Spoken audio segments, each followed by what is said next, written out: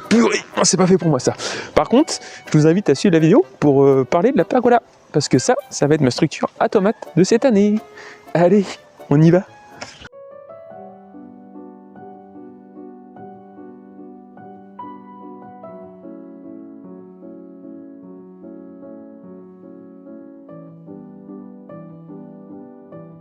Il est enfin temps pour moi de donner un peu de hauteur à mon potager.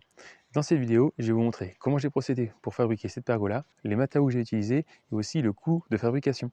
On verra également le type de culture que je peux mettre à l'intérieur.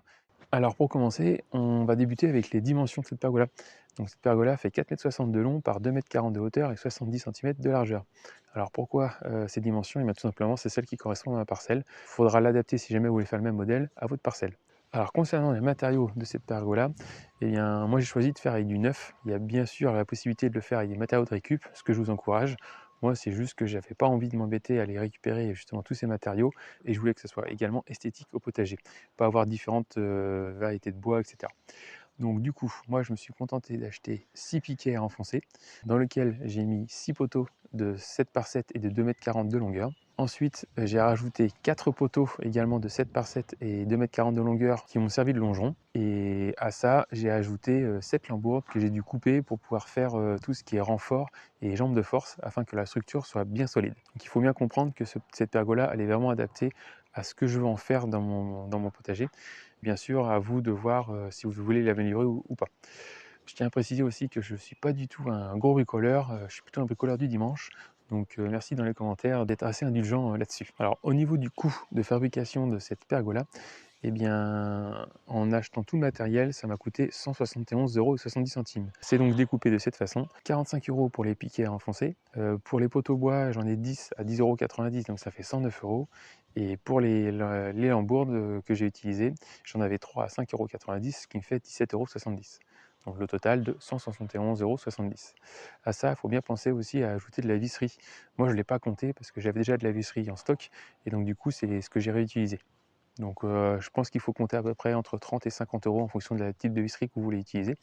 Moi ici, j'ai pris la visserie de 5 par 55 type terrasse. Voilà, donc ça fait très bien l'affaire, ça s'enfonce très bien et c'est assez solide, c'est en inox. Le jour où je suis allé faire mes achats au magasin de bricolage, j'ai eu une bonne surprise parce qu'il y avait une opération en cours qui consistait à avoir 20% de son montant dès 150 € d'achat.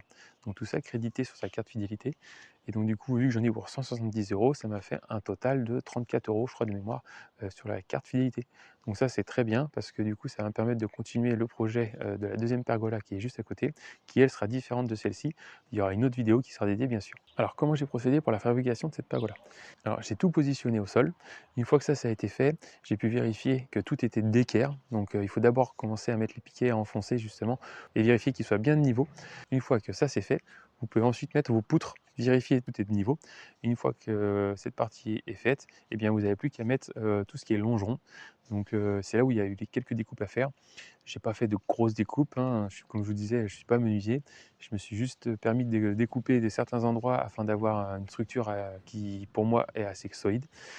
Et une fois que j'ai fait ça, j'ai vérifié que tout était d'équerre. Et du coup, j'ai tout calé avec mes lambourdes que j'ai découpées, donc avec les jambes de force. Donc ça, c'est vraiment pour que la structure soit solide. Une fois que ça c'est fait, ma pergola, elle est terminée. Parce que je ne vais rien rajouter de plus pour le moment.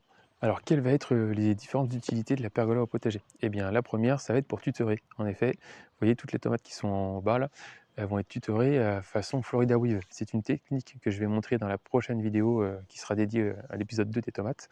Donc je vous invite à vous abonner et à activer la cloche pour ne pas louper cette vidéo.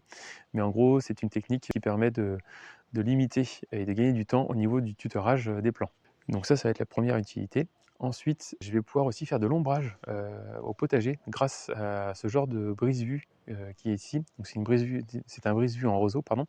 Et ce brise-vue, lui, va aller là-dessus et ça va me permettre déjà de faire une partie d'ombrage sur la parcelle, mais aussi sur la serre. L'autre utilité que je vais pouvoir faire aussi, et qui n'est pas des moindres, c'est que je vais pouvoir donner de la verticalité au potager. En effet, j'ai pas vraiment de structure pour tout ce qui est plantes grimpantes et légumes grimpants. Donc là, ça va être l'occasion. Et donc du coup, pour cette pergola, on va partir sur une vigne au tout début, accompagné d'un 1 ou 2 pieds de concombre. Le but, c'est que la vigne, quand elle grandira, elle donnera un ombrage naturel avec ses feuilles. Ensuite, ici, vous voyez, j'ai rajouté aussi un petit bac. C'est juste qu'il me restait des planches de terrasse que j'avais gardées. Donc du coup, au lieu de les jeter ou je ne savais pas quoi en faire, bah, j'ai fait un petit bac. Et du coup, ça va me permettre ici de pouvoir mettre des fleurs pour attirer les pollinisateurs. Alors pour faire un petit point sur la rentabilité, cette pergola, je compte la garder au moins une dizaine d'années. Et donc du coup, ce qui me fait à peu près 17 € par an de coût de revient. Et si je ramène ça aux plants de tomates pour cette année, donc il y en a 24, ça me fait un peu plus de 7 € par plant de tomates. Donc je trouve ça assez négligeable, sachant que la structure, elle va rester, comme je le disais, plusieurs années, et que du coup, mes pieds de tomates, je vais en mettre à foison. Je vais aussi mettre d'autres légumes, donc du coup, elle sera vite rentabilisée. C'est vrai que c'est un coût qui est très important dès le début, mais il faut penser plutôt sur le long terme. Vaut mieux faire, je pense qu'il vaut mieux faire ce genre de structure plutôt que d'aller acheter des bambous tous les 5 ans à 2 ou 3 € le bambou, sachant que moi je mets en moyenne une cinquantaine de pieds de tomates au potager. Donc vous faites le calcul, ça chiffre très très vite tous les 4-5 ans. Voilà, on arrive à la fin de la vidéo. Je te remercie d'avoir regardé jusque là. N'hésite pas à mettre en commentaire si toi aussi tu as des structures au potager, ça m'intéresse. Et puis bah, je te dis à la prochaine. Ciao ciao.